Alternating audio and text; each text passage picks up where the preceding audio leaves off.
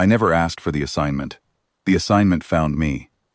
My name is Cale Draven, and 3 weeks ago, I was sitting in a tiny office on Dock 7 of Meridian Station, drinking bad coffee and reading a contract that should have made me laugh. 1 alien diplomat, 1 political summit, 2 weeks of work. The pay was reasonable, the listed duties were light. Ceremonial presence, the contract said. Visible deterrent. I signed it anyway, not because I needed the money, because the word ceremonial bothered me in a way I could not explain, and things that bother me usually turn out to be important. Ambassador Thessaly Vore met me at the docking port on the morning of the summit. She was tall, even by Kwarathi standards, with pale silver skin and 4 fingers on each hand, and eyes the color of deep water. She looked at me the way most aliens look at humans for the first time, not with cruelty, with something closer to polite confusion, like she had ordered something from a catalog and the wrong item had arrived. She said my name correctly, which I respected. Then she looked me over once, very carefully, and said, "You are smaller than I expected." "Most humans are," I told her. She nodded, as if that confirmed something she had already suspected, and then she introduced me to her staff and told me I would be stationed at the east entrance of the summit chamber during all formal sessions. The east entrance was ceremonial. It faced a garden. Nothing had ever happened at a garden entrance in the history of diplomatic events, and she knew that, and I knew that, and we both let it go without saying it. I smiled and thanked her, and picked up my bag and followed her assistant down the corridor. In the first 2 hours aboard the station, before I had even seen my quarters, I noticed 14 things. I noticed that the air recycler in Corridor 7 was cycling 4 seconds faster than the one in Corridor 8, which meant someone had recently opened a maintenance hatch nearby, and the pressure had not fully equalized. I noticed that one of the serving drones near the reception hall had a small dent on its lower left panel that did not match any of the collision records listed in the public maintenance logs. I noticed that 2 members of the Vreth delegation changed their walking formation every time they passed a corridor junction, which is something trained security personnel do when they are mapping exits. I noticed that a Selari staff member kept his right hand slightly lower than his left when he walked, suggesting he was used to carrying something on that side that he was not currently carrying. I noticed 10 other things. I wrote none of them down. I do not write things down. Writing things down tells people what you are thinking. The summit formally opened that evening. 6 delegations, 6 species. Enough political tension in the room to power the station's lights for a month. The Vreth were tall and angular, with gray skin and no visible expressions. They moved like people who had never needed to pretend to be friendly. The Sehlari were ancient, genuinely ancient, and they carried themselves with the particular arrogance of a civilization that had been watching younger species make mistakes for so long that patience had become their only remaining emotion. The Drossi were merchants at heart, even here, and their eyes moved across every room like they were calculating the resale value of the furniture.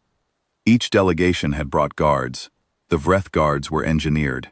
You could see it in the way their joints moved, slightly too smooth, slightly too controlled, like someone had rebuilt them from the inside out to remove all the wasted motion that nature usually leaves behind. The Selari guard was old and thin and looked like he could not lift a chair, but every other guard in the room gave him space without knowing why, the way small animals give space to things they cannot identify. The Drossi had brought 2 mercenaries in full carapace armor that made them look like walking fortresses. And then there was me. Average height, no armor, no visible weapons beyond the standard sidearm that the station required all security personnel to register. Brown jacket, comfortable boots, a face that people forget 5 minutes after seeing it, which is something I have worked on deliberately for most of my adult life. The Vreth guard looked at me for exactly 1 second and then looked away. The Drossi mercenaries did not look at me at all. The Selari guard glanced at me once, and something moved behind his eyes that I could not read, which meant he was either very controlled or very old, or both. Thessaly introduced me to the room as her personal security attachment. Someone on the Drossi side said something in their own language, and 2 people laughed.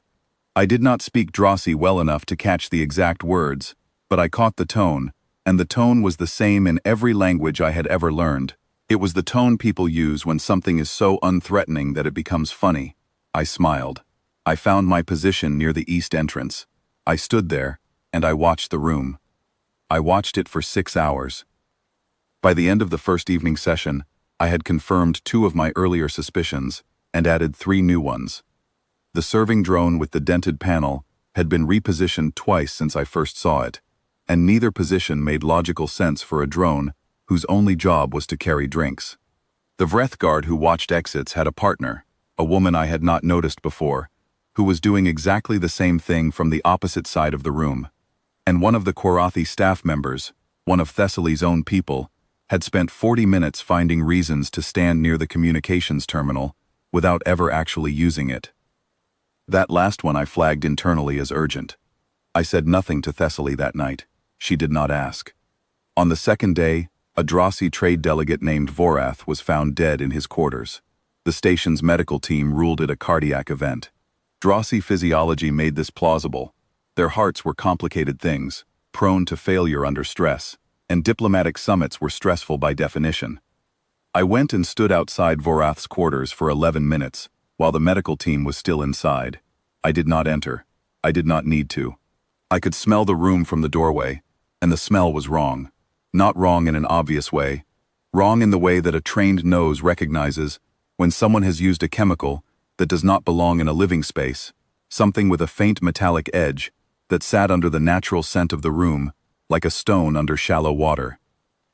I also noticed the position of Vorath's chair, which had been moved 6 inches to the left of where the carpet indentations said it usually sat. People who are dying of cardiac events do not move furniture. I went to Thessaly, and I told her quietly that I did not believe Vorath's death was natural, and that I thought the summit was compromised. She listened carefully. She thanked me. Then she told me that Drossi cardiac events were well documented, that the medical team had certified the cause of death, and that if I had concerns, I was welcome to file them through the station's official security channel. She was not dismissive, she was simply operating on the available evidence, and the available evidence said one thing, and I was one human, with a feeling in my stomach, and a memory of a smell. I filed nothing. I went back to the east entrance. That night I stopped sleeping in my assigned quarters. I found a maintenance corridor 3 levels below the summit chamber that connected to 6 different sections of the station through junctions that did not appear on the public maps. I know how to find things that do not appear on public maps. I have been doing it for most of my professional life. I spent the next 18 hours moving through that station like water moves through cracks. I found the communications relay that someone had modified to allow a selective blackout of specific frequencies. I found a storage compartment near the Vreth delegation's quarters that contained 3 objects I was not supposed to find. I found the exit route that had been cut into the station's outer maintenance access, disguised as routine engineering work, big enough for a person to move through quickly in the dark. I also found a person who had been standing near Thessaly's communications terminal. I found him meeting with one of the Vreth escorts in a corridor that the station's internal cameras did not cover. I watched them for 4 minutes from a ventilation access point 7 feet above their heads. I memorized the conversation. I memorized their faces.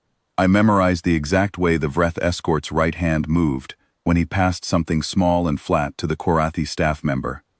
I did not interrupt them. I went back to my post. On the 3rd evening, I moved Thessaly's tea service. She had a specific evening ritual. Tea at the small table near the viewport in the summit lounge, 30 minutes before the night session. Same table every evening, same chair, same cup. Routines are comfortable. Routines are also how people get killed. I arrived early that evening and moved the tea service exactly 2 inches to the right. Not enough for anyone to notice consciously, just enough. At 7 minutes past the scheduled tea time, a small dart hit the inner rim of Thessaly's cup and clattered onto the table. The dart was coated with something I recognized from a briefing I had read 11 years ago in a building that does not officially exist. It was not meant to inconvenience her. It was meant to end the summit permanently. Thessaly looked at the dart. Then she looked at the room. Then she looked at her cup, sitting 2 inches from where she would have placed it herself. She did not look at me. I was standing at the east entrance, watching the garden. I had already identified which angle the dart came from. I already knew it was not the last attempt they would make. The blackout came on the 4th day. It did not happen all at once, because nothing ever happens all at once when it is planned properly. It happened in pieces. A frequency here, a relay there. Small losses that looked like routine interference, until suddenly, they were not routine, and not small, and the entire station's internal communications were down, and 3 armed Vreth soldiers were moving through the east corridor toward the summit chamber. I was already inside the problem.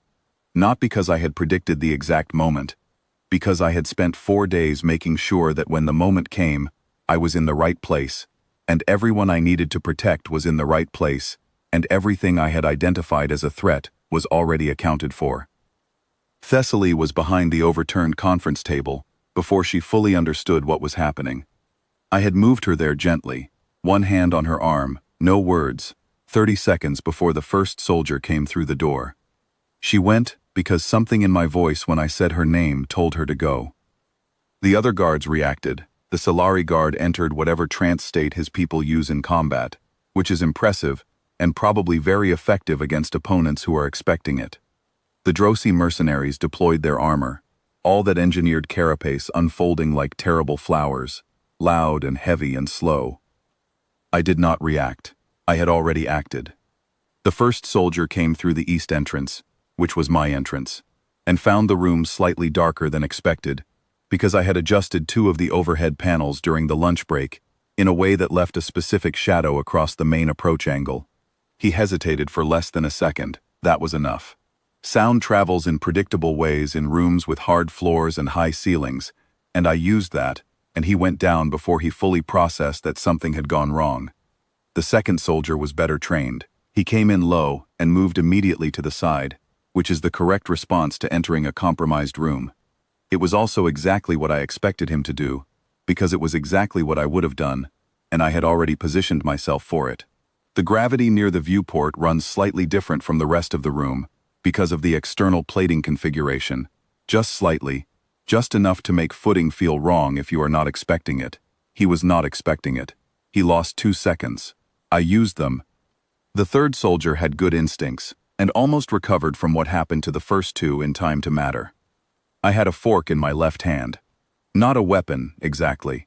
A tool I had modified during the second day's lunch, using a small power coupling I had removed from a non-essential junction in the maintenance corridor. It was not elegant. It was very effective. 3 soldiers. The whole thing took 40 seconds. I sat down. Someone had left a cup of tea on the side table near the viewport. It was cold. I drank it anyway. Station security arrived 6 minutes later. They found the room mostly intact, 3 incapacitated soldiers, and 1 ambassador sitting behind a table staring at her bodyguard with an expression I had not seen on a Kwarathi face before. She waited until the room was full of people, and then she waited until it was empty again. Then she walked over to where I was sitting, and she stood there for a long moment without speaking. "How long have you known?" she asked. "Since the 2nd hour of boarding." "Why did you not tell me?" I set the cup down. "Because you would have changed how you moved through the station, how you spoke, how you looked at certain people. And they were watching you very carefully, Ambassador. The only way to keep you safe was to make sure they kept believing I was nothing. People do not change their plans because of nothing."